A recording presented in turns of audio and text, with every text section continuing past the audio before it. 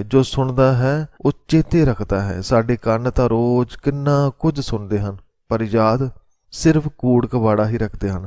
ਗੁਰੂ ਸਾਹਿਬ ਦੀ ਬਾਣੀ ਨੂੰ ਤਾਂ ਅਸੀਂ ਇੱਕ ਪਾਸੋਂ ਸੁਣਦੇ ਹਾਂ ਤੇ ਦੂਜੇ ਪਾਸੋਂ ਕੱਢ ਦਿੰਦੇ ਹਾਂ, ਪਰ ਜੋ ਇਨਸਾਨ ਗੁਰੂ ਸਾਹਿਬ ਦੀ ਬਾਣੀ ਨੂੰ, ਬਾਣੀ ਅੰਦਰਲੇ ਤੱਤ ਨੂੰ ਮਨ ਅੰਦਰ ਲੈ ਜਾਂਦਾ ਹੈ, ਉਸ ਨਾਲ ਪਿਆਰ ਕਰਦਾ ਹੈ, ਭਾਵ ਜੋ ਮਨ ਨੂੰ ਨਾਮ ਸੁਣਾਉਂਦਾ ਹੈ ਉਹ ਆਪਣੇ ਅੰਦਰ ਹੀ ਮਨ ਨੂੰ ਤੀਰਥ ਦਾ ਇਸ਼ਨਾਨ ਕਰਵਾ ਲੈਂਦਾ ਹੈ। ਭਾਵ ਜਿਵੇਂ ਪਾਣੀ ਨਾਲ ਤਨ ਸਾਫ਼ ਹੋ ਜਾਂਦਾ ਹੈ, ਇੰਜ ਬਾਣੀ ਨਾਲ, ਰੱਬ ਦੇ ਨਾਮ ਨਾਲ ਮਨ ਸਾਫ਼ ਹੋ ਜਾਂਦਾ ਹੈ। ਜਿਸ ਦਾ ਮਨ ਸਾਫ਼ ਹੋ ਗਿਆ ਉਸ ਦੇ ਲਈ ਨਾਮ ਵਾਲਾ ਤੀਰਥ ਹੀ ਸਭ ਤੋਂ ਪੂਜਨੀਕ ਥਾਂ ਹੋ ਜਾਂਦਾ ਹੈ।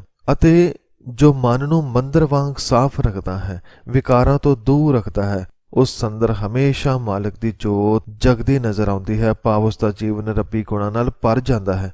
ਉਹ ਫਿਰ ਤੁਰਦਾ ਫਿਰਦਾ ਤੀਰਥ ਬਣ ਜਾਂਦਾ ਹੈ, ਜਿਸ ਨੂੰ ਸੁਣ ਕੇ ਹੋਰਾਂ ਦੇ ਮਨ ਵੀ ਸਾਫ਼ ਹੁੰਦੇ ਹਨ, ਪਵਿੱਤਰ ਹੁੰਦੇ ਹਨ। ਤਾਂ ਗੁਰੂ ਸਾਹਿਬ ਫਰਮਾਉਂਦੇ ਹਨ ਕਿ ਅਕਾਲ ਪੁਰਖ ਦੇ ਨਾਮ ਨੂੰ ਸੁਣਨ ਨਾਲ 68 ਤੀਰਥਾਂ ਦਾ ਇਸ਼ਨਾਨ ਹੋ ਜਾਂਦਾ ਹੈ। ਭਾਵ ਸਭ ਕੁਝ ਇਸੇ ਅੰਦਰ ਹੀ ਆ ਜਾਂਦਾ ਹੈ। ਤੇ ਇਸ ਤੋਂ ਬਾਅਦ ਗੁਰੂ ਸਾਹਿਬ ਫਰਮਾਉਂਦੇ ਹਨ ਕਿ ਸੁਣਿਆ ਪੜ ਪੜ ਪਾਵਹਿ ਮਾਨ।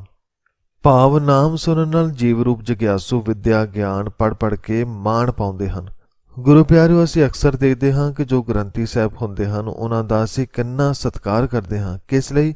ਕਿਉਂਕਿ ਉਹ ਗੁਰੂ ਸਾਹਿਬ ਦੀ ਪਾਵਨ ਬਾਣੀ ਨੂੰ ਸੁਣਾਉਂਦੇ ਹਨ, ਬੜੇ ਹੀ ਸਾਫ਼ ਤੇ ਸ਼ੁੱਧ ਉਚਾਰਨ ਨਾਲ ਸਾਨੂੰ ਸਰਵਣ ਕਰਾਉਂਦੇ ਹਨ। ਉਹਨਾਂ ਵੱਲੋਂ ਪੜ੍ਹੀ ਹੋਈ ਬਾਣੀ ਹੀ ਉਹਨਾਂ ਦਾ ਮਾਣ ਇੱਜ਼ਤ ਵਧਾਉਂਦੀ ਹੈ।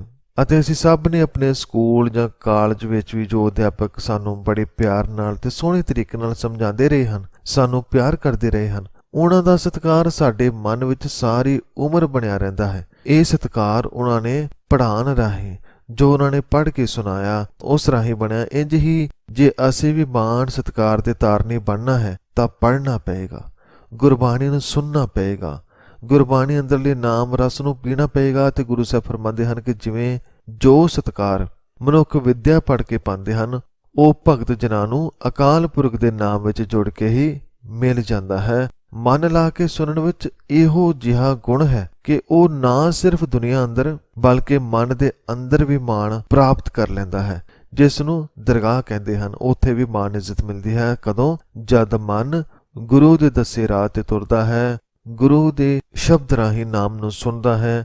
ਇਹ ਨਾਮ ਦਾ ਸੁਣਨਾ ਹੀ, ਉਸ ਨੂੰ ਪੜ੍ਹਨਾ ਹੀ ਉਸ ਦਾ ਮਾਣ ਇੱਜ਼ਤ ਵਧਾਉਂਦਾ ਹੈ। ਇਸ ਤੋਂ ਬਾਅਦ ਗੁਰੂ ਸਾਹਿਬ ਫਰਮਾਉਂਦੇ ਹਨ ਕਿ ਸੁਣਿਆ ਲਾਗੈ ਸਹਿਜ ਧਿਆਨ।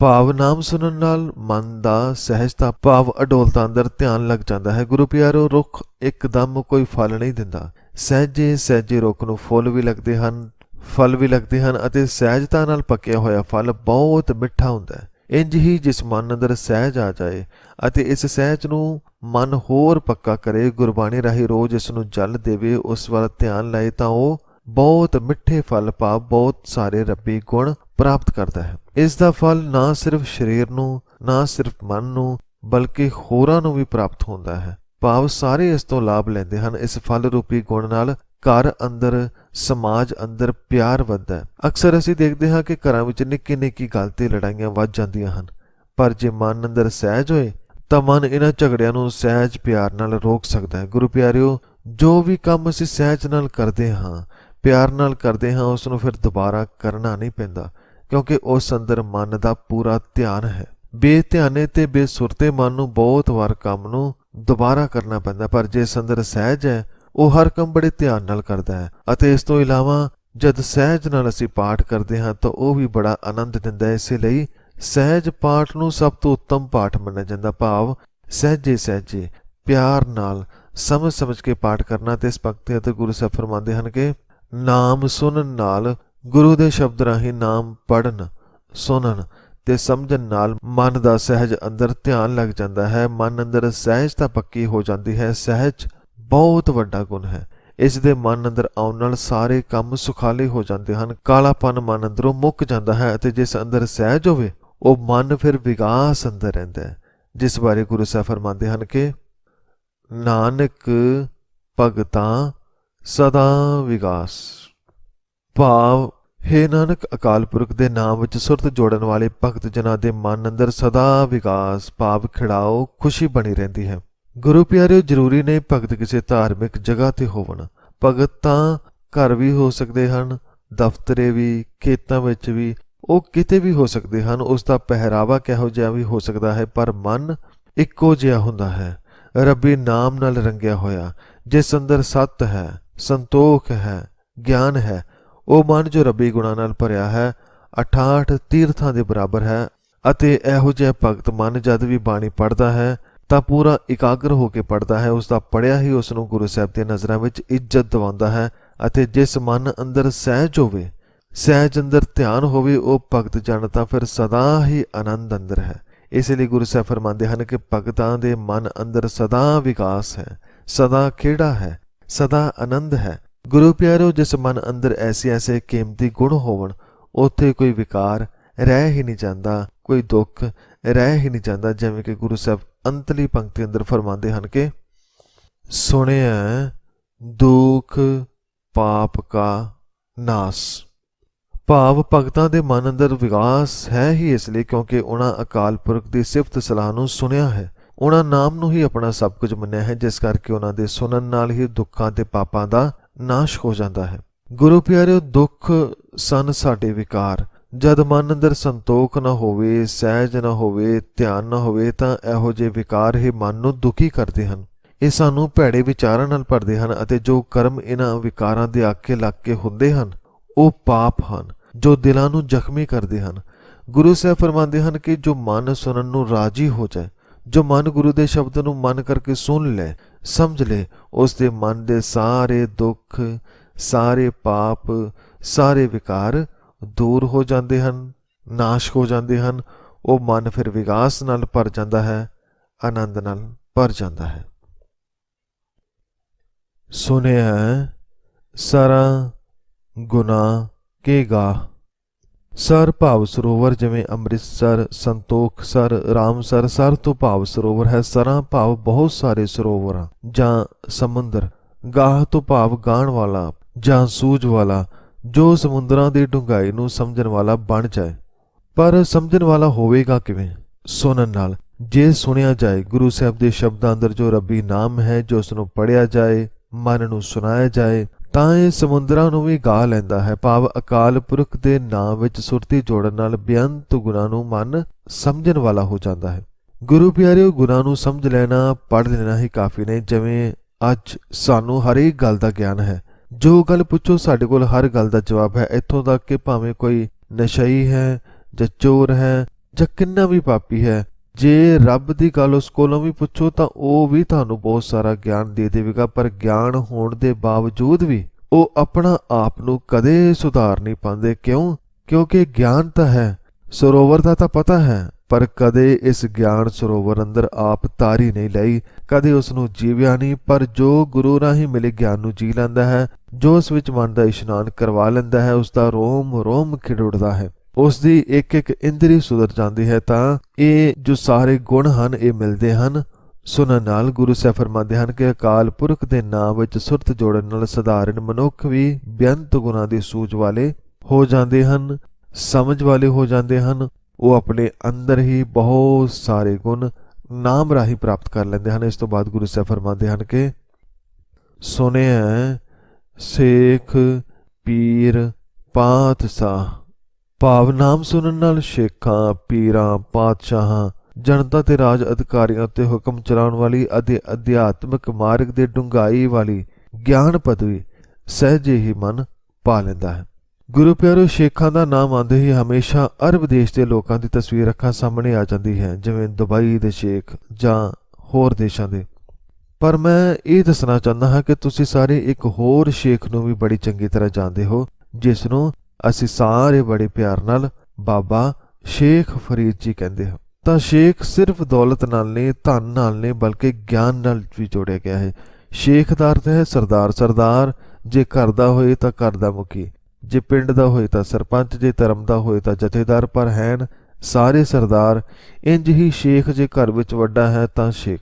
ਇੰਜ ਹੀ ਜੇ ਕਿਸੇ ਇਲਾਕੇ ਜਾਂ ਧਰਮ ਦੇ ਖੇਤਰ ਵਿੱਚ ਕਿਸੇ ਮੁਕਾਮ ਤੇ ਹੈ ਤਾਂ ਉਸ ਨੂੰ ਵੀ ਸ਼ੇਖ ਕਿਹਾ ਜਾਂਦਾ ਹੈ। ਸ਼ੇਖ ਉਹ ਹੈ ਜਿਸ ਕੋਲ ਗਿਆਨ ਹੈ, ਅਕਲ ਹੈ, ਸਮਝ ਹੈ।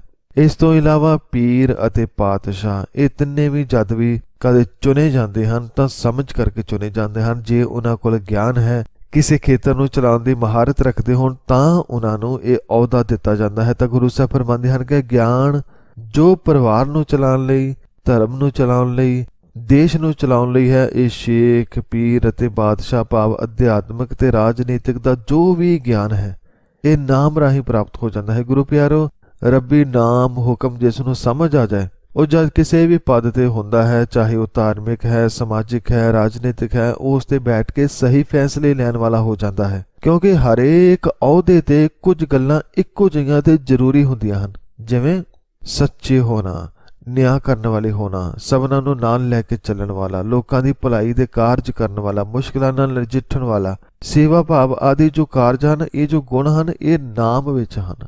ਇਹ ਜ਼ਰੂਰੀ ਹਨ ਹਰ ਇੱਕ ਅਹੁਦੇ ਲਈ, ਹਰ ਇੱਕ ਇਨਸਾਨ ਲਈ। ਇਹ ਨਾਮ ਵਿੱਚ ਰੱਬ ਦੇ ਨਾਲ ਜੁੜਿਆ ਹੀ ਇਹ ਸਾਰੇ ਗੁਣ ਮਿਲਦੇ ਹਨ। ਅਤੇ ਜੋ ਵੀ ਨਾਮ ਨਾਲ ਜੁੜਿਆ ਹੈ, ਜੋ ਕਿਸੇ ਖਾਸ ਅਹੁਦੇ ਤੇ ਹੈ ਤਾਂ ਉੱਥੇ ਬੈਠ ਕੇ ਲੁਕਾਈ ਦੀ ਬਹੁਤ ਵਧੀਆ ਸੇਵਾ ਕਰ ਸਕਦਾ ਹੈ। ਤਾਂ ਗੁਰੂ ਸਾਹਿਬ ਫਰਮਾਉਂਦੇ ਹਨ ਕਿ ਕੋਈ ਵੀ ਮਨ, ਸਾਧਾਰਨ ਮਨੁੱਖ ਵੀ ਜੇ ਗੁਰੂ ਦੇ ਸ਼ਬਦ ਨਾਲ ਜੁੜੇ, ਰੱਬੀ ਨਾਮ ਨਾਲ ਜੁੜੇ ਤਾਂ ਸ਼ੇਖਾਂ, ਪੀਰਾਂ ਤੇ ਬਾਦਸ਼ਾਹਾਂ ਜਿਹੀ ਗਿਆਨ ਦੀ ਪ੍ਰਾਪਤੀ ਕਰ ਲੈਂਦਾ ਹੈ। ਉਹ ਬਹੁਤ ਸਾਰੇ ਗੁਣਾਂ ਨੂੰ ਨਾਮ ਰਾਹੀਂ ਹੀ ਪ੍ਰਾਪਤ ਕਰ ਲੈਂਦਾ ਹੈ। ਇਸ ਤੋਂ ਬਾਅਦ ਗੁਰੂ ਸਾਹਿਬ ਫਰਮਾਉਂਦੇ ਹਨ ਕਿ ਸੁਣਿਆ ਅੰਧੇ ਪਾਵਹਿ ਰਾਹ, ਭਾਵੇਂ ਨਾਮ ਸੁਣਨ ਦੀ ਹੀ ਬਰਕਤ ਹੈ ਕਿ ਅੰਨੇ ਗਿਆਨਹੀਨ ਮਨੁੱਖ ਵੀ ਅਕਾਲ ਪੁਰਖ ਨੂੰ ਮਿਲਣ ਦਾ ਰਾਹ ਲੱਭ ਲੈਂਦੇ ਹਨ।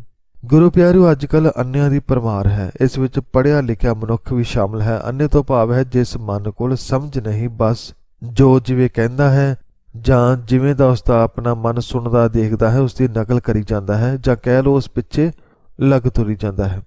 ਐਸੇ ਅੰਨੇ ਮਨ ਲਈ ਸਿਖਰ ਦੁਪਹਿਰਾ ਵੀ ਹਨੇਰੇ ਵਰਗਾ ਹੈ ਅਤੇ ਰਾਤ ਦਾ ਚਾਨਣ ਵੀ ਹਨੇਰਾ ਹੀ ਹੈ। ਕਹਿਣ ਤੋਂ ਭਾਵ ਕਿ ਬਾਹਰ ਭਾਵੇਂ ਕਿੰਨਾ ਵੀ ਗਿਆਨ ਹੈ, ਕਿੰਨੀ ਵੀ ਰੋਸ਼ਨੀ ਹੈ, ਕਿੰਨਾ ਵੀ ਨਾਮ ਹੈ, ਪਰ ਅੰਦਰ ਕੁੱਪ ਹਨੇਰਾ, ਅਗਿਆਨਤਾ, ਦੁਵਿਧਾ, ਤੇਰ ਮੇਰ, ਹੰਕਾਰ ਹੋਣ ਦਾ ਕਰਕੇ ਇਹ ਹਨੇਰਾ ਹੀ ਉਹਦੇ ਲਈ ਭਾਰੀ ਦੁੱਖ ਬਣ ਜਾਂਦਾ। ਮਨ ਨੇ ਆਪਣੇ ਅੰਦਰ ਐਸਾ ਹਨੇਰਾ ਪਾ ਰੱਖਿਆ ਹੈ ਜਿੱਥੇ ਹੱਥ ਨੂੰ ਹੱਥ ਨਹੀਂ ਦਿਸਦਾ। ਸੋ ਇਸ ਹਨੇਰੇ ਕਰਕੇ ਹੀ, ਭਾਵ ਅਗਿਆਨਤਾ ਕਰਕੇ ਹੀ ਮਨ ਭਟਕਦਾ ਹੈ, ਮਨ ਰੱਬ ਤੋਂ ਦੂਰ ਹੁੰਦਾ ਹੈ। ਪਰ ਜਦ ਕੋਈ ਮਨ ਗੁਰੂ ਦੇ ਸ਼ਬਦ ਰਾਹੀਂ ਅਕਾਲ ਪੁਰਖ ਦੇ ਨਾਮ ਨੂੰ, ਉਸ ਦੇ ਗੁਣਾਂ ਨੂੰ ਮਨ ਅੰਦਰ ਲੈ ਜਾਂਦਾ ਹੈ, ਰੱਬ ਦੀ ਮਿਹਰ ਜਦ ਹੋ ਜਾਂਦੀ ਹੈ ਤਾਂ ਇਹ ਨਾਮ ਹੀ ਮਨ ਅੰਦਰ ਰੋਸ਼ਨੀ ਕਰਦਾ ਹੈ। ਜਦ ਮਨ ਅੰਦਰ ਗੁਰੂ ਰਾਹੀਂ ਰੱਬੀ ਗਿਆਨ ਜਾਂਦਾ ਹੈ ਤਾਂ ਮਨ ਦੇ ਵਿਹੜੇ ਵਿੱਚ ਚਾਨਣ ਹੁੰਦਾ ਹੈ। ਮਨ ਕੋਲ ਜਦ ਗਿਆਨ ਦੀਆਂ ਅੱਖਾਂ ਆਉਂਦੀਆਂ ਹਨ, ਭਾਵ ਅੱਖਾਂ ਖੁੱਲ੍ਹਦੀਆਂ ਹਨ, ਤਾਂ ਇਸ ਨੂੰ ਪਤਾ ਲੱਗਣਾ ਸ਼ੁਰੂ ਹੁੰਦਾ ਹੈ ਕਿ ਮੈਂ ਕੀ ਗਲਤ ਕਰਦਾ ਜਾ ਰਿਹਾ ਸੀ, ਮੇਰਾ ਜੀਵਨ ਕਿੰਨਾ ਮੈਲਾ ਸੀ, ਕਿੰਨਾ ਹਨੇਰ ਭਰਿਆ ਸੀ। ਗੁਰੂ ਦਾ ਗਿਆਨ ਸੁਰਮਾ ਜਾਂ ਗੁਰੂ ਦੇ ਗਿਆਨ ਦੀ ਐਨਕ ਜਦ ਮਨ ਨੂੰ ਲੱਗਦੀ ਹੈ, ਫਿਰ ਇਹ ਆਪਣੇ ਆਪ ਨੂੰ ਅਤੇ ਇਸ ਸੰਸਾਰ ਨੂੰ ਇੱਕ ਨਵੇਂ ਰੂਪ ਵਿੱਚ ਦੇਖਦਾ ਹੈ। ਭਾਵ ਜਿਵੇਂ ਦਾ ਇਹ ਹੈ ਉਵੇਂ ਦੇਖਣ ਵਾਲਾ ਹੋ ਜਾਂਦਾ ਹੈ। ਪਹਿਲਾਂ ਇਹ ਜਦ ਦੇਖਦਾ ਸੀ ਤਾਂ ਲੋਭ ਨਾਲ, ਕਾਮ ਨਾਲ, ਮੋਹ ਨਾਲ ਦੇਖਦਾ ਸੀ, ਪਰ ਹੁਣ ਜਿਹੋ ਜਿਹਾ ਹੈ ਉਹੋ ਜਿਹਾ ਹੀ ਦੇਖਦਾ ਹੈ। ਅਤੇ ਇਹ ਗਿਆਨ ਰੂਪੀ ਅੱਖਾਂ ਹੀ ਮਨ ਨੂੰ ਰੱਬ ਵਾਲੇ ਪਾਸੇ ਲੈ ਕੇ ਜਾਂਦੀਆਂ ਹਨ। ਗੁਰੂ ਸਾਹਿਬ ਫਰਮਾਉਂਦੇ ਹਨ ਕਿ ਇਹ ਨਾਮ ਸੁਣਨ ਦੀ ਹੀ ਬਰਕਤ ਹੈ ਕਿ ਅੰਨੇ ਭਾਵ ਗਿਆਨਹੀਨ ਮਨੁੱਖ ਵੀ ਅਕਾਲ ਪੁਰਖ ਨੂੰ ਮਿਲਣ ਦਾ ਰਾਹ ਲੱਭ ਲੈਂਦੇ ਹਨ। ਇਸ ਤੋਂ ਬਾਅਦ ਗੁਰੂ ਸਾਹਿਬ ਫਰਮਾਉਂਦੇ ਹਨ ਕਿ ਸੁਣਿਆ ਹਾਥ ਹੋਵੈ ਅਸਗਾਹ, ਅਸਗਾਹ ਭਾਵ ਡੂੰਘਾ, ਹੱਥ ਦਾ ਭਾਵ ਹੈ ਹੱਥ, ਹਾਥ ਹੋਵੇ ਭਾਵ ਡੂੰਘਾਈ ਦਾ ਪਤਾ ਲੱਗ ਜਾਣਾ ਜਾਂ ਅਸਲੀਅਤ ਦੀ ਸਮਝ ਆ ਜਾਣੀ। ਤਾਂ ਗੁਰੂ ਸਾਹਿਬ ਫਰਮਾਉਂਦੇ ਹਨ ਕਿ ਅਕਾਲ ਪੁਰਖ ਦੇ ਨਾਮ ਵਿੱਚ ਜੁੜਨ ਦਾ ਸਦਕਾ ਇਸ ਡੂੰਘੇ ਸੰਸਾਰ ਸਮੁੰਦਰ ਦੀ ਅਸਲੀਅਤ ਸਮਝ ਆ ਜਾਂਦੀ ਹੈ। ਗੁਰੂ ਪਿਆਰਿਓ, ਸਮੁੰਦਰ ਦੀ ਡੂੰਘਾਈ ਦਾ ਅੰਦਾਜ਼ਾ ਲਾ ਪਾਣਾ ਅੱਜ ਥੋੜਾ ਬਹੁਤ ਸੌਖਾ ਹੈ, ਪਰ ਅਜੇ ਵੀ ਉਸ ਦੇ ਤਲ ਤੱਕ ਆਪ ਜਾਣਾ ਇਹ ਬਹੁਤ ਔਖਾ ਹੈ। ਉੱਥੇ ਕੀ ਕੁਝ ਹੈ ਅਜੇ ਵੀ ਇਨਸਾਨ ਜਾਣ ਨਹੀਂ ਸਕਿਆ। ਕਿਹੜੇ ਜੀਵ ਹਨ ਕੋਈ ਪਤਾ ਨਹੀਂ। ਗੁਰੂ ਪਿਆਰੋ, ਸਾਡੀ ਜ਼ਿੰਦਗੀ ਵੀ ਕਿਸੇ ਸਮੁੰਦਰ ਤੋਂ ਘੱਟ ਨਹੀਂ। ਅਸੀਂ ਜੋ ਬਾਹਰੋਂ ਦਿਖਦੇ ਹਾਂ ਉਹ ਸਿਰਫ ਦਿਖਾਈ ਦੇਣ ਵਾਲਾ ਛੋਟਾ ਜਿਹਾ ਸਮੁੰਦਰ ਦਾ ਇੱਕ ਹਿੱਸਾ ਹੈ, ਪਰ ਹਕੀਕਤ ਸਮੁੰਦਰ ਦੇ ਹੇਠਾਂ ਹੁੰਦੀ ਹੈ। ਇੰਜ ਹੀ ਸਾਡੇ ਸਰੀਰ ਦੇ ਅੰਦਰ ਜੋ ਮਨ ਹੈ ਸਾਡੀ ਹਕੀਕਤ ਤੋਂ ਹੈ। ਜੇ ਉਹ ਮਾੜੇ ਵਿਚਾਰਾਂ ਨਾਲ ਜੁੜਿਆ ਹੈ ਤਾਂ ਉਹ ਕਦੇ ਵੀ ਆਪਣੀ ਜ਼ਿੰਦਗੀ ਨੂੰ ਪਾਰ ਨਹੀਂ ਲਾ ਪਾਉਂਦਾ, ਅਤੇ ਜੇ ਉਹ ਰੱਬੀ ਵਿਚਾਰਾਂ ਨਾਲ, ਨਾਮ ਨਾਲ ਜੁੜਿਆ ਹੈ ਤਾਂ ਉਹ ਜ਼ਿੰਦਗੀ ਦੀ ਹਰ ਅਸਲੀਅਤ ਨੂੰ ਲੱਭ ਪਾਉਂਦਾ ਹੈ। ਜਿਵੇਂ ਸਮੁੰਦਰ ਅੰਦਰ ਕਿਹੜੇ ਖਜ਼ਾਨੇ ਹਨ, ਇਹ ਉਹੀ ਲੱਭ ਪਾਉਂਦਾ ਜੋ ਇਸ ਦੀ ਭਾਲ ਕਰਦਾ ਹੈ। ਇੰਜ ਹੀ ਸਾਡੇ ਤਨ ਰੂਪੀ ਸਮੁੰਦਰ ਅੰਦਰ ਕਿਹੜੇ ਖਜ਼ਾਨੇ ਪਏ ਹਨ। ਜੇ ਇਹ ਜਾਣਨਾ ਹੈ ਤਾਂ ਸਾਨੂੰ ਵੀ ਆਪਣੇ ਅੰਦਰ ਜਾਣਾ ਪਏਗਾ, ਅਤੇ ਇਹ ਗੁਰੂ ਸਾਹਿਬ ਦੀ ਕਿਰਪਾ ਨਾਲ ਸੰਭਵ ਹੁੰਦਾ ਹੈ। ਜਦ ਮਨ ਗੁਰੂ ਦੀ ਬਾਣੀ ਨੂੰ ਪੜ੍ਹਦਾ, ਸਮਝਦਾ ਹੈ ਤਾਂ ਮਨੁੱਖ ਨੂੰ ਆਪਣੇ ਆਪ ਦੀ ਸਮਝ ਆਉਂਦੀ ਹੈ। ਜ਼ਿੰਦਗੀ ਦੀ ਇੱਕ ਅਸਲੀਅਤ ਨੂੰ ਜਾਣ ਪਾਉਂਦਾ ਹੈ ਜਦ ਤੱਕ ਨਾਮ ਨਾਲ ਨਹੀਂ ਜੁੜਦੇ। ਸਾਨੂੰ ਜ਼ਿੰਦਗੀ ਉਹੀ ਲੱਗਦੀ ਹੈ ਜੋ ਸਾਨੂੰ ਹੋਰ ਲੋਕ ਦਿਖਾਉਂਦੇ ਹਨ ਕਿ ਤੂੰ ਇਸ ਤਰ੍ਹਾਂ ਕਰ ਲਾ, ਤੂੰ ਐਦਾਂ ਕਮਾ ਲਾ, ਤੂੰ ਐਦਾਂ ਕਰ ਲਾ, ਉਹ ਬਣ ਜਾ। ਪਰ ਜਦ ਆਪਣੇ ਅੰਦਰ ਦੀ ਗਹਿਰਾਈ 'ਚ ਜਾਓ ਤਾਂ ਪਤਾ ਲੱਗਦਾ ਹੈ ਕਿ ਜ਼ਿੰਦਗੀ ਤਾਂ ਪਿਆਰ, ਦਇਆ, ਸਬਰ, ਸੰਤੋਖ, ਨਿਰਵੈਰਤਾ, ਹਲੀਮੀ, ਸੱਚ, ਧਰਮ ਆਦਿ ਗੁਣਾਂ ਉੱਤੇ ਖੜੀ ਹੈ। ਜੇ ਸਾਡੇ ਕੋਲ ਰੱਬੀ ਗੁਣ ਹੀ ਨਹੀਂ ਹਨ ਤਾਂ ਅਸੀਂ ਜ਼ਿੰਦਗੀ ਦਾ ਅਸਲ ਆਨੰਦ ਨਹੀਂ ਲੈ ਪਾਵਾਂਗੇ। ਜੀਵਨ ਹੋਰਾਂ ਦੇ ਆਸਰੇ ਨਹੀਂ, ਰੱਬੀ ਗੁਣਾਂ ਦੇ ਆਸਰੇ ਖੜਾ ਹੈ।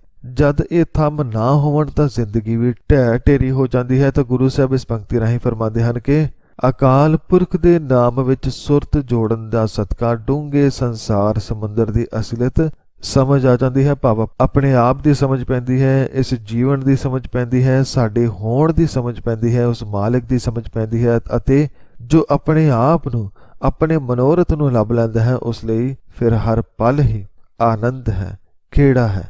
ਜਿਵੇਂ ਕਿ ਗੁਰੂ ਸਾਹਿਬ ਫਰਮਾਉਂਦੇ ਹਨ ਕਿ ਨਾਨਕ ਭਗਤਾਂ ਸਦਾ ਵਿਗਾਸ।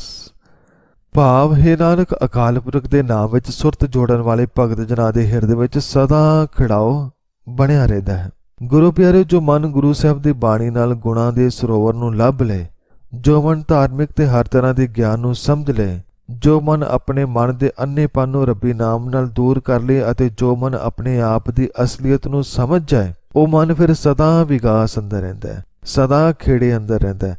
ਤਾਂ ਗੁਰੂ ਸਾਹਿਬ ਫਰਮਾਉਂਦੇ ਹਨ ਕਿ ਹੇ ਨਾਨਕ, ਅਕਾਲ ਪੁਰਖ ਦੇ ਨਾਮ ਵਿੱਚ ਸੁਰਤ ਜੋੜਨ ਵਾਲੇ ਭਗਤ ਜਨਾਂ ਦੇ ਹਿਰਦੇ ਵਿੱਚ ਸਦਾ ਖਿੜਾਓ ਬਣਿਆ ਰਹਿੰਦਾ ਹੈ। ਤਾਂ ਆਓ ਗੁਰੂ ਪਿਆਰਿਓ, ਅਸੀਂ ਵੀ ਸੱਚੇ ਭਗਤ ਬਣੀਏ, ਸੱਚੀ ਬਾਣੀ ਨਾਲ ਜੁੜੀਏ, ਸੱਚੇ ਨਾਮ ਨੂੰ ਸੁਣੀਏ ਅਤੇ ਆਪਣੇ ਮਨ ਅੰਦਰਲੇ ਦੁੱਖਾਂ ਨੂੰ, ਪਾਪਾਂ ਨੂੰ ਦੂਰ ਕਰੀਏ। ਜਿਵੇਂ ਕਿ ਗੁਰੂ ਸਾਹਿਬ ਆਖਰੀ ਪੰਕਤੀ ਅੰਦਰ ਫਰਮਾਉਂਦੇ ਹਨ ਕਿ ਸੁਣਿਆ ਦੁੱਖ ਪਾਪ ਕਾ ਨਾਸ।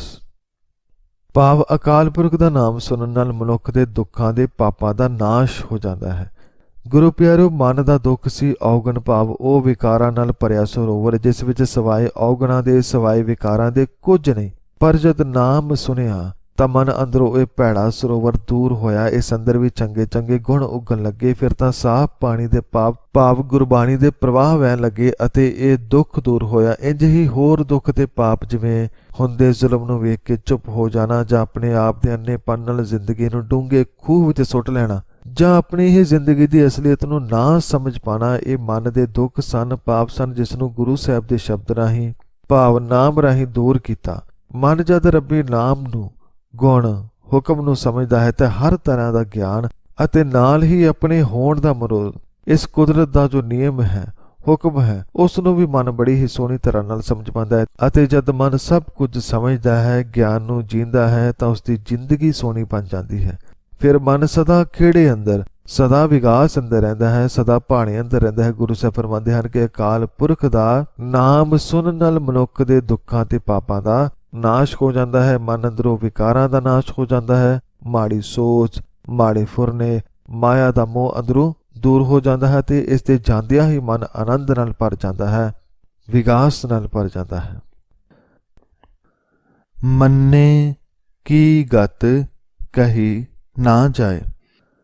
ਭਾਵ ਕਿ ਜਿਸ ਨੇ ਅਕਾਲ ਪੁਰਖ ਨੂੰ ਮਨ ਕਰਕੇ ਆਪਣਾ ਮੰਨ ਲਿਆ ਹੈ, ਜਿਸ ਨੇ ਮੰਨ ਹੀ ਲਿਆ ਹੈ ਕਿ ਉਹ ਹੈ, ਉਹੀ ਸਭ ਕੁਝ ਹੈ, ਉਸ ਦਾ ਹੀ ਦਿੱਤਾ ਖਾਂਦਾ ਹਾਂ, ਪਾਂਦਾ ਹਾਂ, ਜਿਸ ਨੇ ਮੰਨ ਹੀ ਲਿਆ ਹੈ ਕਿ ਇਸ ਜਗਤ ਦਾ ਉਹੀ ਦਾਤਾ ਹੈ, ਜਿਸ ਦਾ ਪਿਆਰ ਅਕਾਲ ਪੁਰਖ ਨਾਲ ਪੈ ਗਿਆ ਹੈ, ਉਸ ਮਨੁੱਖ ਦੀ ਉੱਚੀ ਆਤਮਿਕ ਅਵਸਥਾ ਦੱਸੀ ਨਹੀਂ ਜਾ ਸਕਦੀ। ਗੁਰੂ ਪਿਆਰਿਓ, ਜਿਸ ਨੇ ਗੁਰੂ ਸ਼ਬਦ ਰਾਹੀਂ ਅਕਾਲ ਪੁਰਖ ਦੇ ਨਾਮ ਨੂੰ ਸੁਣ ਕੇ ਮੰਨ ਲਿਆ ਹੈ, ਉਸ ਦੇ ਗੁਣਾਂ ਨੂੰ ਅਪਣਾ ਲਿਆ ਹੈ, ਜਿਸ ਨੇ ਆਪਣੀ ਜ਼ਿੰਦਗੀ ਵਿੱਚ ਨਾਮ ਨੂੰ ਵਸਾ ਲਿਆ ਹੈ, ਉਸ ਦੀ ਗਤ ਭਾਵ ਅਵਸਥਾ ਬਹੁਤ ਉੱਚੀ ਹੋ ਜਾਂਦੀ ਹੈ। ਉੱਚੀ ਹੋਣ ਦਾ ਭਾਵ ਕੋਈ ਉੱਚੀ ਤਖਤੀ ਜਾਂ ਕੋਈ ਉੱਚਾ ਅਹੁਦਾ ਨਹੀਂ, ਇਹ ਮਨ ਦੀ ਅਵਸਥਾ ਹੈ। ਭਾਵ ਮਨ ਵਿਕਾਰਾਂ ਤੋਂ ਬਹੁਤ ਉੱਪਰ ਉੱਠ ਜਾਂਦਾ ਹੈ, ਜਿਵੇਂ ਪਾਣੀ ਅੰਦਰ ਕਮਲ ਦਾ ਫੁੱਲ। ਜਿਵੇਂ ਪਰਮਾਤਮਾ ਸਭ ਵਿੱਚ ਹੁੰਦਾ ਹੋਇਆ ਸਭ ਤੋਂ ਵੱਖਰਾ ਹੈ, ਇੰਜ ਹੀ ਮਨ ਹੋ ਜਾਂਦਾ ਹੈ। ਇੰਜ ਹੀ ਮਨ ਮਾਇਆ ਤੋਂ, ਵਿਕਾਰਾਂ ਤੋਂ ਉੱਪਰ ਉੱਠ ਜਾਂਦਾ ਹੈ। ਤਾਂ ਇੰਜ ਸੁਣ ਕੇ ਮੰਨਣ ਵਾਲੇ ਦੀ ਜੋ ਅਵਸਥਾ ਹੈ, ਮਨ ਦੀ ਅਵਸਥਾ ਹੈ, ਬੜੀ ਉੱਚੀ ਹੋ ਜਾਂਦੀ ਹੈ, ਜਿਸ ਬਾਰੇ ਜੋ ਵੀ ਬੋਲਿਆ ਜਾਏ ਜਾਂ ਉਸ ਨੂੰ ਵੇਖ ਕੇ ਜੋ ਵੀ ਕਿਹਾ ਜਾਏ, ਉਸ ਦੀ ਸਿਫਤ ਕੀਤੀ ਜਾਏ, ਤਾਂ ਉਹ ਹਰ ਕਿਹਾ ਹੋਇਆ ਸ਼ਬਦ ਉਸ ਅੱਗੇ ਬਹੁਤ ਛੋਟਾ ਜਿਹਾ ਹੋ ਜਾਂਦਾ ਹੈ। ਗੁਰੂ ਪਿਆਰਿਓ, ਅਸੀਂ ਕਿਉਂ ਪੂਰਾ ਉਸ ਮਨ ਬਾਰੇ ਨਹੀਂ ਲਿਖ ਪਾਉਂਦੇ? ਕਿਉਂ ਉਸ ਬਾਰੇ ਪੂਰਾ ਨਹੀਂ ਸਮਝ ਪਾਉਂਦੀ ਜਿਸ ਨੇ ਉਸ ਨੂੰ ਮੰਨ ਲਿਆ ਹੈ? ਕਿਉਂਕਿ ਸਾਡੀ ਆਪਣੀ ਅਵਸਥਾ ਬੜੀ ਛੋਟੀ ਹੈ, ਉਸ ਦੇ ਬਰਾਬਰ ਨਹੀਂ ਹੁੰਦੀ। ਇਸ ਲਈ ਜੋ ਅਸੀਂ ਲਿਖਣਾ ਹੈ ਜਾਂ ਬੋਲਣਾ ਹੈ ਉਹ ਸਿਰਫ ਸਾਡੀ ਸੋਚ ਸਮਝ ਮੁਤਾਬਕ ਹੋਏਗਾ। ਜਿਵੇਂ ਕਿ ਇਹ ਜੋ ਵਿਚਾਰ ਚੱਲ ਰਹੀ ਹੈ ਇਹ ਜਪਜੀ ਸਾਹਿਬ ਦੀ ਚੱਲ ਰਹੀ ਹੈ। ਇਸ ਪਾਵਨ ਬਾਣੀ ਦੇ ਬੜੇ ਸਾਰੇ ਟੀਕੇ ਹੁਣ ਤੱਕ ਹੋ ਚੁੱਕੇ ਹਨ। ਜੋ ਜਿੰਨਾ ਕੁ ਡੂੰਘਾ ਗੁਰਬਾਣੀ ਅੰਦਰ ਗਿਆ ਹੈ ਉਨੀ ਕੁ ਵਿਚਾਰ ਉਹ ਕਰ ਪਾਇਆ ਹੈ, ਪਰ ਪੂਰੀ ਵਿਚਾਰ ਕਰ ਪਾਣਾ ਇਹ ਅਜੇ ਵੀ ਬੜਾ ਔਖਾ ਹੈ। ਕਿਉਂਕਿ ਗੁਰੂ ਸਾਹਿਬ ਨੇ ਜਿਸ ਅਵਸਥਾ ਅੰਦਰ ਜਾ ਕੇ ਬਾਣੀ ਲਿਖੀ ਉਸ ਅਵਸਥਾ ਤੱਕ ਅਜੇ ਸਾਡੀ ਕੋਈ ਪਹੁੰਚ ਨਹੀਂ। ਇਸ ਲਈ ਜਿੰਨਾ ਵੀ ਲਿਖਦੇ ਹਾਂ, ਪੜ੍ਹਦੇ ਹਾਂ, ਸਮਝਦੇ ਹਾਂ ਜਾਂ ਵਿਚਾਰਦੇ ਹਾਂ ਇਹ ਪੂਰਾ ਨਹੀਂ, ਸਿਰਫ ਅਜੇ ਉਨਾ ਹੀ ਲਿਖਿਆ ਹੈ ਜਿੰਨੀ ਕੋ ਗਹਿਰਾਈ ਅੰਦਰ ਮਨ ਗਿਆ ਹੈ। ਜਿਵੇਂ ਕੋਈ ਜ਼ਮੀਨ ਅੰਦਰ ਜਾਂ ਸਮੁੰਦਰ ਅੰਦਰ ਰਤਨ ਖੋਜਦਾ ਹੈ, ਇੰਜ ਹੀ ਮਨ ਗੁਰਬਾਣੀ ਨੂੰ ਖੋਜਦਾ ਹੈ। ਕੋਈ ਥੋੜਾ ਖੋਜਦਾ ਹੈ ਤਾਂ ਉੱਥੋਂ ਸੋਨੇ ਵਰਗੇ ਗੁਣ ਲੱਭ ਲਿਆਂਦਾ ਹੈ, ਕੋਈ ਹੋਰ ਥੋੜਾ ਡੂੰਘਾ ਜਾਂਦਾ ਹੈ ਤਾਂ ਹੀਰੇ ਲੱਭ ਲਿਆਂਦਾ ਹੈ, ਕੋਈ ਹੋਰ ਜ਼ਿਆਦਾ ਗੁਰੂ ਸਾਹਿਬ ਦੀ ਬਾਣੀ ਦੀ ਡੂੰਘਾਈ ਵਿੱਚ ਜਾਂਦਾ ਹੈ ਤਾਂ ਕੀਮਤੀ ਰਤਨ ਲੱਭ ਲਿਆਂਦਾ ਹੈ। ਪਰ ਜੋ ਬਹੁਤ ਜ਼ਿਆਦਾ ਗੁਰਬਾਣੀ ਨਾਲ ਇਕਮਿਕ ਹੋ ਜਾਂਦਾ ਉਹ ਅਕਾਲ ਪੁਰਖ ਨੂੰ ਹੀ ਪਾਉਂਦਾ ਹੈ, ਜਿਸ ਨੂੰ ਪਾ ਲੈਣ ਵਿੱਚ ਹੀ ਸਭ ਕੁਝ ਆ ਜਾਂਦਾ ਹੈ। ਤਾਂ ਇੰਜ ਜੋ ਮਨ ਗੁਰੂ ਸਾਹਿਬ ਦੀ ਬਾਣੀ ਰਾਹੀਂ ਰੱਬੀ ਨਾਮ ਨੂੰ ਸੁਣ ਕੇ ਸਮਝ ਲੈਂਦਾ ਹੈ, ਮੰਨ ਲੈਂਦਾ ਹੈ, ਉਸ ਨੂੰ ਪਛਾਣ ਲੈਂਦਾ ਹੈ, ਉਸ ਨੂੰ ਆਪਣੇ ਅੰਦਰ ਖੋਜ ਲੈਂਦਾ ਹੈ, ਉਸ ਦੀ ਅਵਸਥਾ ਬਿਆਨ ਤੋਂ ਪਰੇ ਹੈ, ਭਾਵ ਬਹੁਤ ਉੱਚੀ ਹੈ। ਜੇ ਕੋਈ ਕਹਿਣਾ ਵੀ ਚਾਹੇ ਤਾਂ ਪੂਰੀ ਤਰ੍ਹਾਂ ਕਹਿ ਨਹੀਂ ਪਾਉਂਦਾ। ਜਿਵੇਂ ਕਿ ਗੁਰੂ ਸਾਹਿਬ ਫਰਮਾਉਂਦੇ ਹਨ ਕਿ ਜੇ ਕੋ ਕਹੈ ਪਿਛੈ ਪਛੁਤਾਏ, ਭਾਵ ਜੇ ਕੋਈ ਮਨ ਨਹੀਂ ਦੱਸਣਾ ਵੀ ਚਾਹੇ ਕਿ ਉਹ ਕਿੰਨਾ ਮਹਾਨ ਹੈ ਜਾਂ ਕਿੰਨੀ ਉੱਚੀ ਉਸ ਦੀ ਅਵਸਥਾ ਹੈ ਤਾਂ ਉਹ ਕਹਿ ਨਹੀਂ ਸਕਦਾ। ਜੇ ਕਹਿ ਵੀ ਦੇਵੇ ਤਾਂ ਬਾਅਦ ਵਿੱਚ ਬਹੁਤ ਪਛਤਾਉਂਦਾ ਹੈ ਕਿ ਮੈਂ ਜੋ ਕਿਹਾ ਉਹ ਬਹੁਤ ਥੋੜਾ। ਜਿਵੇਂ ਗੁਰੂ ਸਾਹਿਬਾਨ ਦੇ ਜੀਵਨ ਬਾਰੇ ਕਿੰਨੇ ਸਾਰੇ ਲੋਕਾਂ ਨੇ ਕਿਤਾਬਾਂ ਲਿਖੀਆਂ ਹਨ, ਕਿੰਨੇ ਹੀ ਵਿਚਾਰਕਾਂ ਨੇ ਸਿਫਤਾਂ ਕੀਤੀਆਂ ਹਨ, ਕਿੰਨੀਆਂ ਹੀ ਖੋਜਾਂ ਹੋਈਆਂ ਹਨ, ਪਰ ਜਿੰਨੀਆਂ ਵੀ ਖੋਜਾਂ ਹੋਈਆਂ, ਵਿਚਾਰਾਂ ਹੋਈਆਂ, ਉਹਨਾਂ ਤੋਂ ਇਹ ਸਾਬਤ ਨਹੀਂ ਹੁੰਦਾ ਕਿ ਹੁਣ ਗੁਰੂ ਸਾਹਿਬ ਬਾਰੇ ਪੂਰਾ ਕਹਿ ਦਿੱਤਾ ਗਿਆ ਹੈ, ਹੁਣ ਕੁਝ ਵਿਚਾਰਨ ਦੀ ਲੋੜ ਨਹੀਂ ਹੈ। ਨਹੀਂ, ਇੰਜ ਕਦੇ ਵੀ ਨਹੀਂ ਹੋ ਸਕਦਾ, ਕਿਉਂਕਿ ਜੇ ਇਵੇਂ ਹੁੰਦਾ ਤਾਂ ਹੁਣ ਕੋਈ ਗੁਰੂ ਸਾਹਿਬ ਬਾਰੇ ਕਿਤਾਬ ਜਾਂ ਬੋਲ ਨਾ ਬੋਲ ਪਾਉਂਦਾ। ਪਰ ਗੁਰੂ ਸਾਹਿਬ ਦੀ ਅਵਸਥਾ ਇੰਨੀ ਉੱਚੀ ਹੈ ਕਿ ਉਹਨਾਂ ਬਾਰੇ ਅਜੇ ਵੀ ਪੂਰਾ ਨਹੀਂ ਦੱਸਿਆ ਜਾ ਸਕਦਾ, ਕਿਉਂਕਿ ਦੱਸ ਉਹੀ ਸਕਦਾ ਹੈ ਜੋ ਇਸ ਅਵਸਥਾ ਤੱਕ ਪੁੱਜਿਆ ਹੋਵੇ। ਇੰਜ ਹੀ ਜੋ ਮਨ ਅਕਾਲ ਪੁਰਖ ਦੇ ਨਾਮ ਨਾਲ ਰੰਗਿਆ ਗਿਆ ਹੈ, ਜੋ ਰੱਬੀ ਗੁਨਾਹ ਨੂੰ ਜੀਣ ਲੱਗ ਪਿਆ ਹੈ, ਜਿਸ ਦੀ ਜ਼ਿੰਦਗੀ ਉਸ ਦੇ ਹੁਕਮ ਅਨੁਸਾਰ ਚੱਲਦੀ ਹੈ, ਉਸ ਮਹਾਨ ਆਤਮਾ ਬਾਰੇ ਜੇ ਸਿਫਤ ਕਰਨੀ ਹੋਏ ਤਾਂ ਸ਼ਬਦ ਥੁੜ ਜਾਂਦੇ ਨੇ, ਜੇ ਵਿਚਾਰ ਕਰਨੀ ਹੋਏ ਤਾਂ ਵਿਚਾਰਾਂ ਮੁੱਕ ਜਾਂਦੀਆਂ ਨੇ, ਜੇ ਕੁਝ ਕਹਿਣਾ ਹੋਏ ਤਾਂ ਬੋਲ ਮੁੱਕ ਜਾਂਦੇ ਨੇ, ਕਿਉਂਕਿ ਉਹ ਆਪ ਉਸ ਦੇ ਰੰਗ ਵਿੱਚ ਰੰਗਿਆ ਹੈ। ਇਸ ਲਈ ਗੁਰੂ ਸਾਹਿਬ ਫਰਮਾਉਂਦੇ ਹਨ ਕਿ ਜੇ ਕੋਈ ਉਸ ਮਨ ਬਾਰੇ ਜਿਸ ਨੇ ਨਾਮ ਨੂੰ ਸਭ ਕੁਝ ਮੰਨ ਲਿਆ ਹੈ, ਜਿਸ ਨੇ ਪਰਮਾਤਮਾ ਨੂੰ ਸਭ ਕੁਝ ਮੰਨ ਲਿਆ ਹੈ, ਉਸ ਬਾਰੇ ਕਹਿਣਾ ਵੀ ਕੋਈ ਚਾਹੇ ਤਾਂ ਕਹਿ ਨਹੀਂ ਸਕਦਾ। ਜੇ ਕਹਿ ਵੀ ਦਵੇ ਤਾਂ ਬਾਅਦ ਵਿੱਚ ਪਛਤਾਉਂਦਾ ਹੈ ਕਿ ਮੈਂ ਉਨਾ ਨਹੀਂ ਅਜੇ ਜਾਣ ਸਕਿਆ ਜਿੰਨੀ ਉਸ ਦੀ ਅਵਸਥਾ ਹੈ। ਇੰਨਾ ਹੀ ਨਹੀਂ, ਇਸ ਤੋਂ ਬਾਅਦ ਗੁਰੂ ਸਾਹਿਬ ਫਰਮਾਉਂਦੇ ਹਨ ਕਿ ਕਾਗਦ ਕਲਮ ਨਾ ਲਿਖਣ ਹਾਰ, ਭਾਵ ਕਿ ਸਿਰਫ ਬੋਲ ਕੇ ਵਿਚਾਰ ਕਰਨ ਵਾਲੇ ਵਿਚਾਰਵਾਨ ਹੀ ਨਹੀਂ, ਬਲਕਿ ਜੋ ਲਿਖਣ ਵਾਲੇ ਲਿਖਾਰੀ ਹਨ ਉਹ ਵੀ ਇਸ ਅਵਸਥਾ ਬਾਰੇ ਪੂਰਾ ਨਹੀਂ ਲਿਖ ਪਾਉਂਦੇ। ਗੁਰੂ ਸਾਹਿਬ ਫਰਮਾਉਂਦੇ ਹਨ ਕਿ ਨਾਮ ਵਿੱਚ ਭਤੀਜੇ ਹੋਏ ਮਨ ਦੀ ਅਵਸਥਾ ਨੂੰ ਕਿਸੇ ਕਾਗਜ਼ ਉੱਤੇ ਕਲਮ ਨਾਲ ਲਿਖਣਾ ਵੀ ਚਾਹੇ ਤਾਂ ਲਿਖ ਨਹੀਂ ਪਾਉਂਦਾ। ਗੁਰੂ ਪਿਆਰਿਓ, ਜੇ ਲਿਖਿਆ ਨਹੀਂ ਨਾ ਜਾ ਸਕਦਾ, ਇਸ ਦਾ ਭਾਵ ਇਹ ਨਹੀਂ ਹੁੰਦਾ ਕਿ ਜੇ ਲਿਖਿਆ ਨਹੀਂ ਜਾ ਸਕਦਾ ਤੇ ਲਿਖਣਾ ਨਹੀਂ ਹੈ, ਬੋਲਣਾ ਨਹੀਂ ਹੈ। ਇਸ ਨੂੰ ਥੋੜਾ ਇਸ ਤਰੀਕੇ ਨਾਲ ਸਮਝਦੇ ਹਾਂ, ਜਿਵੇਂ ਸਾਨੂੰ ਕੋਈ ਚੀਜ਼ ਬੜੀ ਪਿਆਰੀ ਲੱਗਦੀ ਹੈ ਤਾਂ ਉਸ ਬਾਰੇ ਜਦ ਅਸੀਂ ਆਪਣੇ ਦੋਸਤਾਂ ਮਿੱਤਰਾਂ ਨੂੰ ਦੱਸਦੇ ਹਾਂ ਤਾਂ ਇੰਜ ਦੱਸਦੇ ਹਾਂ ਕਿ ਭਾਈ ਇਹ ਜਿਹੜੀ ਚੀਜ਼ ਹੈ ਨਾ, ਇਹ ਜੇ ਮੈਂ ਤੁਹਾਨੂੰ ਦੱਸਣਾ ਵੀ ਚਾਹਾਂ ਕਿ ਮੈਨੂੰ ਕਿੰਨੀ ਪਿਆਰੀ ਹੈ ਤਾਂ ਮੈਂ ਸ਼ਬਦਾਂ ਰਾਹੀਂ ਦੱਸ ਨਹੀਂ ਸਕਦਾ, ਕਹਿਣਾ ਵੀ ਚਾਹਾਂ ਤਾਂ ਬੋਲ ਕੇ ਦੱਸ ਨਹੀਂ ਸਕਦਾ। ਉਹ ਸ਼ਬਦ ਹੀ ਨਹੀਂ ਹਨ ਕਿ ਮੈਨੂੰ ਇਹ ਚੀਜ਼, ਇਹ ਸ਼ੈ ਕਿੰਨੀ ਜ਼ਿਆਦਾ ਪਿਆਰੀ ਹੈ। ਇੰਜ ਹੀ ਉੱਚੀ ਆਤਮਿਕ ਅਵਸਥਾ ਵਾਲੇ ਮਨ ਬਾਰੇ ਇਸ ਕਰਕੇ ਲਿਖਿਆ ਜਾਂ ਬੋਲਿਆ ਨਹੀਂ ਜਾ ਸਕਦਾ, ਕਿਉਂਕਿ ਉਹ ਬਹੁਤ ਹੀ ਉੱਚੀ ਅਵਸਥਾ ਹੈ, ਉਸ ਦੇ ਬਰਾਬਰ ਦੀ ਕੋਈ ਹੋਰ ਅਵਸਥਾ ਨਹੀਂ। ਬੜੀ ਹੀ ਪਿਆਰੀ ਇਹ ਅਵਸਥਾ ਹੈ, ਬਹੁਤ ਆਨੰਦ ਵਾਲੀ ਹੈ, ਬੇਅੰਤ ਗੁਣਾ ਵਾਲੀ ਹੈ। ਜਿੰਨੇ ਵੀ ਸ਼ਬਦ ਕਹੀਏ ਘੱਟ ਹਨ। ਜਿਵੇਂ ਅਕਾਲ ਪੁਰਖ ਬਾਰੇ ਗੁਰਬਾਣੀ ਅੰਦਰ ਦਰਜ ਹੈ ਕਿ ਜੇ ਸਾਰੇ ਸਮੁੰਦਰਾਂ ਦੀ ਸਿਆਹੀ ਲਿਆ ਕੇ ਧਰਤੀ ਨੂੰ ਕਾਗਜ਼ ਬਣਾ ਕੇ ਸਾਰੇ ਰੁੱਖਾਂ ਨੂੰ ਕਲਮ ਬਣਾ ਕੇ ਵੀ ਜੇ ਉਸ ਦੀ ਸਿਫਤ ਲਿਖੀ ਜਾਏ, ਪਰਮਾਤਮਾ ਦੀ ਅਕਾਲ ਪੁਰਖ ਦੀ ਸਿਫਤ ਲਿਖੀ ਜਾਏ ਤਾਂ ਫਿਰ ਵੀ ਲਿਖੀ ਨਹੀਂ ਜਾ ਸਕਦੀ, ਕਿਉਂਕਿ ਉਸ ਦੇ ਬਰਾਬਰ ਦਾ ਕੋਈ ਐਸਾ ਮਹਾਨ ਹੈ ਅਕਾਲ ਪੁਰਖ ਨਿਰੰਕਾਰ, ਅਤੇ ਜੋ ਉਸ ਦੇ ਨਾਲ ਰੰਗਿਆ ਗਿਆ ਹੈ, ਜਿਸ ਨੇ ਉਸ ਨੂੰ ਆਪਣੇ ਮਨ ਅੰਦਰ ਵਸਾ ਲਿਆ ਹੈ, ਉਹ ਵੀ ਬਹੁਤ ਮਹਾਨ ਹੋ ਜਾਂਦਾ ਹੈ, ਉੱਚਾ ਹੋ ਜਾਂਦਾ ਹੈ। ਇਸ ਲਈ ਗੁਰੂ ਸਾਹਿਬ ਫਰਮਾਉਂਦੇ ਹਨ ਕਿ ਨਾਮ ਵਿੱਚ ਭਤੀਜੇ ਹੋਏ ਦੀ ਆਤਮਿਕ ਅਵਸਥਾ ਕਾਗਜ਼ ਉੱਤੇ ਕਲਮ ਨਾਲ ਕੋਈ ਮਨੁੱਖ ਲਿਖਣ ਦੇ ਸਮਰੱਥ ਨਹੀਂ ਹੈ। ਇਸ ਤੋਂ ਬਾਅਦ ਗੁਰੂ ਸਾਹਿਬ ਫਰਮਾਉਂਦੇ ਹਨ ਕਿ ਮੰਨੇ ਕਾ ਬਹਿ ਕਰਨ ਵਿਚਾਰ। ਗੁਰੂ ਸਾਹਿਬ ਨੇ ਪਹਿਲਾਂ ਬੋਲ ਕੇ ਵਿਚਾਰ ਕਰਨ ਵਾਲਿਆਂ ਬਾਰੇ ਫਰਮਾਇਆ, ਉਸ ਤੋਂ ਬਾਅਦ ਜੋ ਲਿਖਦੇ ਹਨ ਉਹਨਾਂ ਬਾਰੇ ਫਰਮਾਇਆ ਕਿ ਉਹਨਾਂ ਨੇ ਵੀ ਬੜਾ ਲਿਖ ਕੇ ਵਿਚਾਰ ਕੀਤੀ। ਅਤੇ ਹੁਣ ਗੁਰੂ ਸਾਹਿਬ ਫਰਮਾਉਂਦੇ ਹਨ ਕਿ ਜੋ ਵਿਚਾਰਵਾਨ ਸੰਗਤੀ ਰੂਪ ਵਿੱਚ ਬੈਠ ਕੇ ਵਿਚਾਰ ਕਰਦੇ ਹਨ, ਉਹ ਭਾਵੇਂ ਬਹੁਤ ਸਾਰੇ ਵਿਦਵਾਨ ਰਲ ਕੇ ਬੈਠ ਜਾਣ ਅਤੇ ਉਸ ਦੀ ਆਤਮਿਕ ਅਵਸਥਾ ਦਾ ਅੰਦਾਜ਼ਾ ਲਾਉਣ ਬਾਬਤ ਵਿਚਾਰਾਂ ਕਰਨ, ਪਰ ਫਿਰ ਵੀ ਉਹਨਾਂ ਕੋਲ ਉਹ ਸਮਰੱਥਾ ਨਹੀਂ, ਉਹ ਅਵਸਥਾ ਨਹੀਂ ਜਿਸ ਨਾਲ ਉਸ ਮਨ ਤੱਕ ਅੱਪੜ ਸਕਣ ਜਿੱਥੇ ਨਾਮ ਨੂੰ ਮੰਨਣ ਵਾਲਾ ਮਨ ਅਪੜਿਆ ਹੋਇਆ ਹੈ। ਗੁਰੂ ਪਿਆਰੋ, ਸੱਚਾ ਵਿਚਾਰਕ ਵੀ ਉਹੀ ਹੁੰਦਾ ਹੈ ਜੋ ਇਹ ਗੱਲ ਮੰਨ ਲਏ ਕਿ ਮੈਂ ਜਾਣਿਆ ਤਾਂ ਹੈ ਪਰ ਅਜੇ ਬਹੁਤ ਜਾਣਨਾ ਬਾਕੀ ਹੈ, ਅਜੇ ਖੋਜਿਆ ਤਾਂ ਹੈ ਪਰ ਅਜੇ ਬਹੁਤ ਖੋਜਣਾ ਬਾਕੀ ਹੈ। ਅਤੇ ਖੋਜਣਾ ਬੁੱਝਣਾ ਇਹ ਸਭ ਤੋਂ ਜ਼ਰੂਰੀ ਹੈ। ਜਿਵੇਂ ਪਿਛਲੇ ਦਿਨੀ ਵਿਗਿਆਨੀਆਂ ਨੇ ਜੇਮਸ ਵੈਬ ਰਾਹੀਂ ਬਹੁਤ ਸਾਰੇ ਬ੍ਰਹਿਮੰਡਾਂ ਦੀ ਇੱਕ ਤਸਵੀਰ ਸਾਂਝੀ ਕੀਤੀ ਅਤੇ ਦੱਸਿਆ ਕਿ ਇਸ ਜਗਤ ਅੰਦਰ ਕਈ ਹਜ਼ਾਰ ਬ੍ਰਹਿਮੰਡ ਹਨ, ਪਰ ਨਾਲ ਹੀ ਦੱਸਿਆ ਕਿ ਇੰਨੇ ਸਾਰੇ ਬ੍ਰਹਿਮੰਡਾਂ ਨੂੰ ਜੋ ਅਸੀਂ ਦੇਖ ਰਹੇ ਹਾਂ ਇਸ ਨੂੰ ਜਗਤ ਨਾ ਸਮਝ ਲੈਣਾ, ਪੂਰਾ ਜਗਤ ਨਾ ਸਮਝ ਲੈਣਾ। ਜੇ ਅਸੀਂ ਪੂਰੇ ਜਗਤ ਨੂੰ ਮਿਲਾ ਕੇ ਇਸ ਤਸਵੀਰ ਨੂੰ ਦੇਖੀਏ ਤਾਂ ਇਹ ਸਾਰੇ ਬ੍ਰਹਿਮੰਡ ਜੋ ਹੁਣ ਦਿਖ ਰਹੇ ਹਨ ਇਹ ਰੇਤ ਦੇ ਇੱਕ ਕਣ ਜਿੰਨੇ ਹਨ। ਭਾਵ ਜਿੰਨੇ ਤਾਰੇ ਅਸੀਂ ਦੇਖਦੇ ਹਾਂ ਇਸ ਤੋਂ ਕਈ ਕਰੋੜ ਤਾਰੇ ਹੋਰ ਵੀ ਹਨ ਜੋ ਸਾਡੇ ਤੋਂ ਬਹੁਤ ਦੂਰ ਹਨ। ਪਰ ਇਸ ਦਾ ਅਰਥ ਇਹ ਨਹੀਂ ਹੁੰਦਾ ਕਿ ਜੇ ਅਸੀਂ ਉਹਨਾਂ ਤੱਕ ਪਹੁੰਚ ਨਹੀਂ ਸਕਦੇ ਤਾਂ ਖੋਜ ਬੰਦ ਕਰ ਦਿੱਤੀ ਜਾਏ। ਨਹੀਂ, ਇਨਸਾਨ ਜਿੰਨਾ ਖੋਜਦਾ ਹੈ ਉਸ ਤੋਂ ਬਹੁਤ ਕੁਝ ਸਿੱਖਦਾ ਹੈ। ਜਦੋਂ ਉਸ ਨੂੰ ਹੋਰ ਖੋਜਦਾ ਹੈ ਤਾਂ ਹੋਰ ਬਹੁਤ ਕੁਝ ਸਿੱਖਦਾ ਹੈ। ਇੰਝ ਹੀ ਜਦ ਅਸੀਂ ਗੁਰਬਾਣੀ ਨੂੰ ਖੋਜਦੇ ਹਾਂ ਤਾਂ ਬਹੁਤ ਕੁਝ ਪਾਉਂਦੇ ਹਾਂ, ਜਦੋਂ ਹੋਰ ਖੋਜਦੇ ਹਾਂ ਤਾਂ ਹੋਰ ਬਹੁਤ ਸਾਰੇ ਗੁਣ ਪਦਾਰਥ ਪਾਉਂਦੇ ਹਾਂ। ਤਾਂ ਗੁਰੂ ਪਾਤਸ਼ਾਹ ਇਸ ਪੰਕਤੀ ਅੰਦਰ ਫਰਮਾਉਂਦੇ ਹਨ ਕਿ ਵਿਚਾਰ ਤਾਂ ਕਰਨੀ ਹੈ, ਪਰ ਜੋ ਵਿਚਾਰਵਾਨ ਕਹੇ ਕਿ ਮੈਂ ਅਕਾਲ ਪੁਰਖ ਬਾਰੇ ਜਾਂ ਉਸ ਦੇ ਸੇਵਕ ਬਾਰੇ ਜਾਂ ਉਸ ਅਵਸਥਾ ਬਾਰੇ ਪੂਰਾ ਜਾਣ ਲਿਆ ਹੈ ਤਾਂ ਇਹ ਸੱਚ ਨਹੀਂ ਹੈ। ਉਸ ਬਾਰੇ ਪੂਰਾ ਉਹੀ ਜਾਣ ਸਕਦਾ ਹੈ ਜੋ ਉਸ ਜਿੰਨਾ ਉੱਚਾ ਹੋਵੇ। ਇਸ ਲਈ ਖੋਜ ਤਾਂ ਕਰਨੀ ਹੈ, ਲਿਖਣਾ ਹੈ, ਵਿਚਾਰਨਾ ਹੈ ਤਾਂ ਕਿ ਅਸੀਂ ਵੀ ਉਸ ਅਵਸਥਾ ਤੱਕ ਪਹੁੰਚ ਸਕੀਏ, ਅਸੀਂ ਵੀ ਉਸ ਬਾਰੇ ਉਨਾ ਜਾਣ ਸਕੀਏ, ਅਸੀਂ ਵੀ ਉਸ ਬਾਰੇ ਉਨਾ ਆਨੰਦ ਲੈ ਸਕੀਏ।